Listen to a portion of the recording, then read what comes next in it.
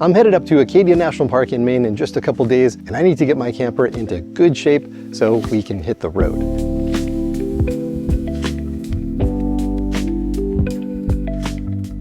For sleeping in the minivan, I have this really thick and plush tri-fold full-size mattress that we're going to be using in the back. This mattress is super comfortable because it's got 4 inches of memory foam and it's just as comfortable as sleeping at home. The floor of the minivan slopes down by a couple inches, but I figure if I have my head at this end and my feet at the lower end, it really won't be a big deal.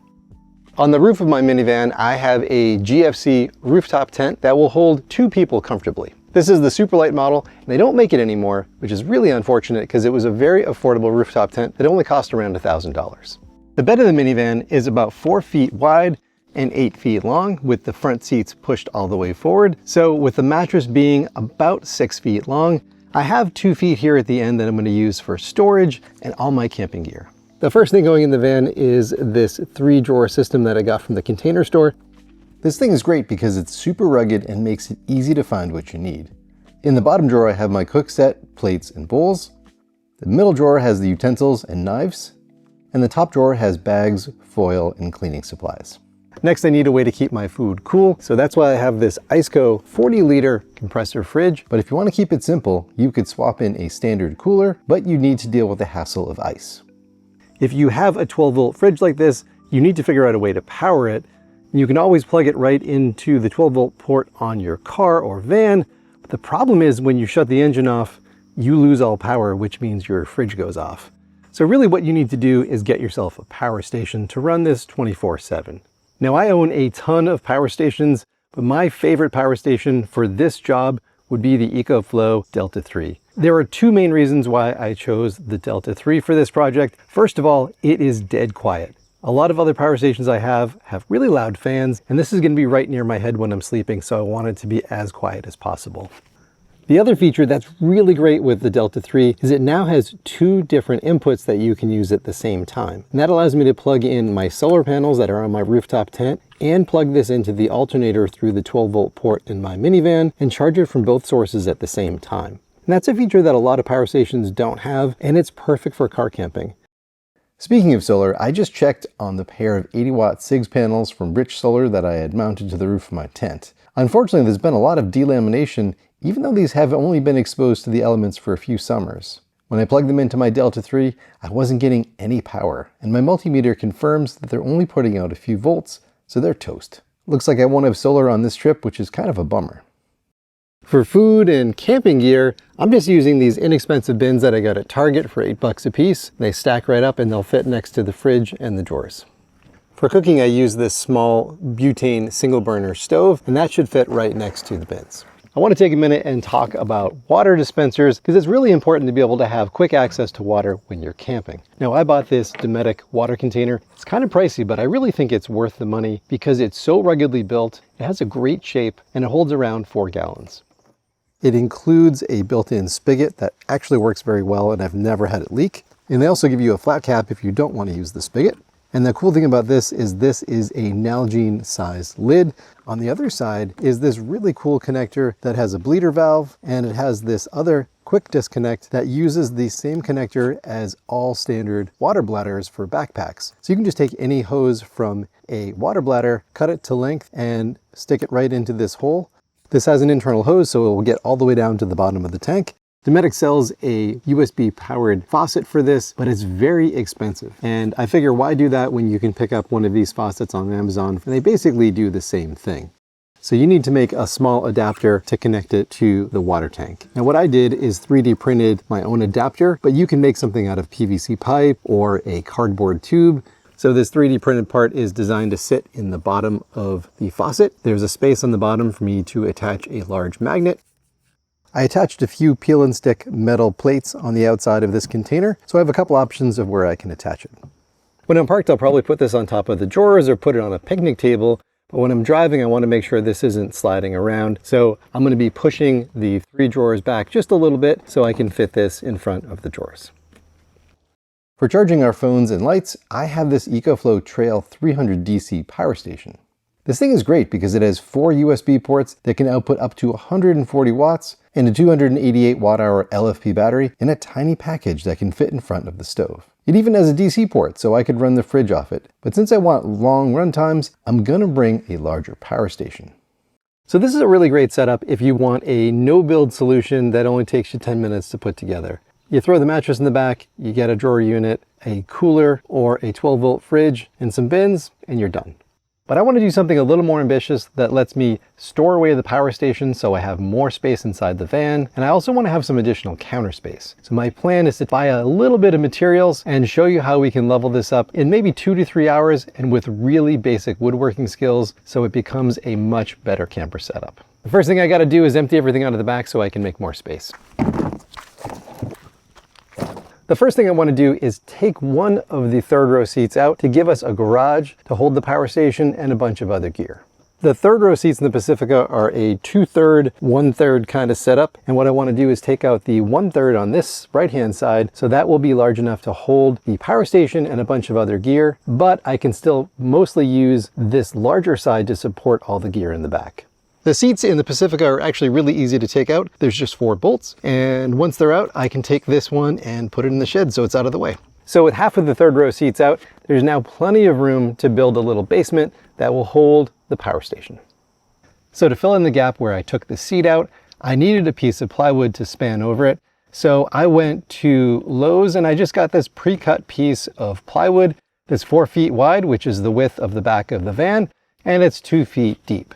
I added a piece of 2x4 to this side to make it level with these little feet that are part of the car. I added another 2x4 down the center here that rests on the seat to give that additional support. And then I added another piece of 2x4 here along the back that gives me support where it's open in the back.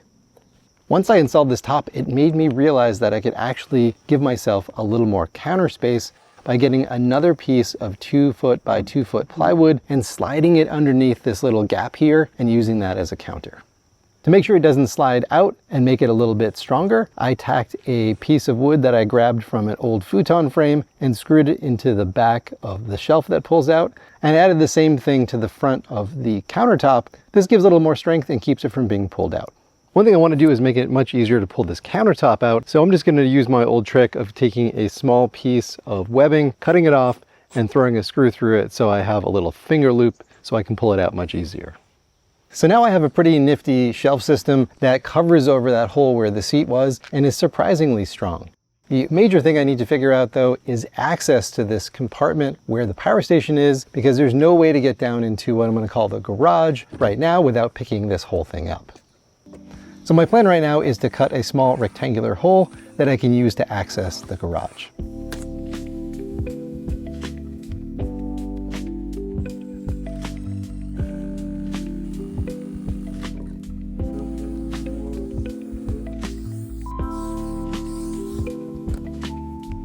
Now that everything's connected to the power station, we're going to put that down in the garage and we're going to put everything together and then start loading the gear on top.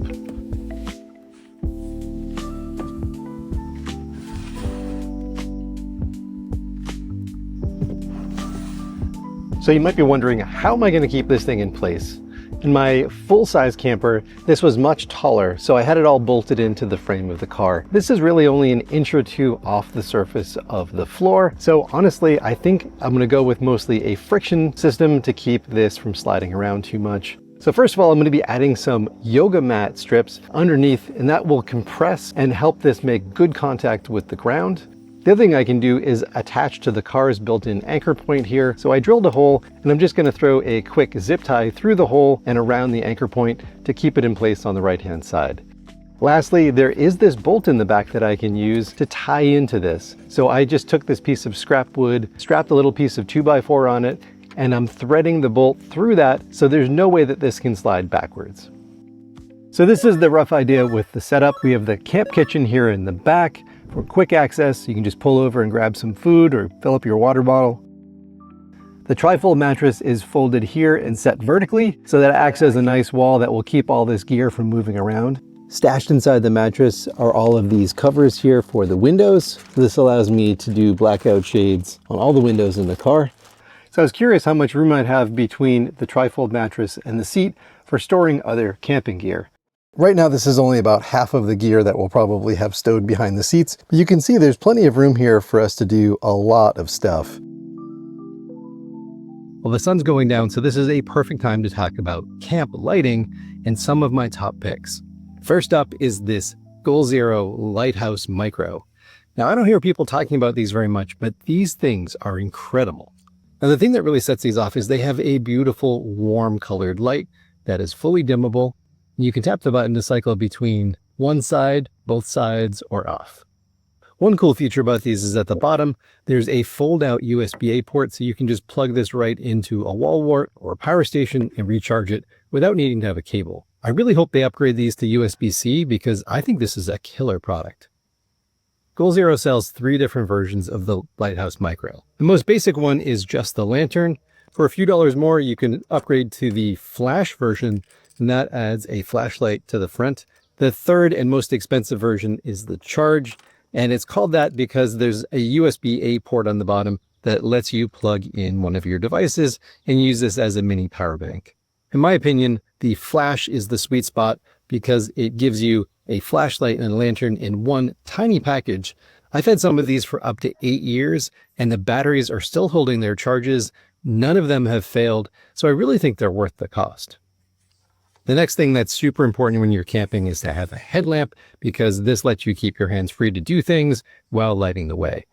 There's tons of different headlamps on the market, but my strong recommendation is to pick up a Nitecore NU25 headlamp. These things are just absolutely great. The light is super bright and even. It's a nice warm color. It recharges with USB-C. They hold a charge. They're super bright. They're very comfortable, and they're actually a very reasonable price.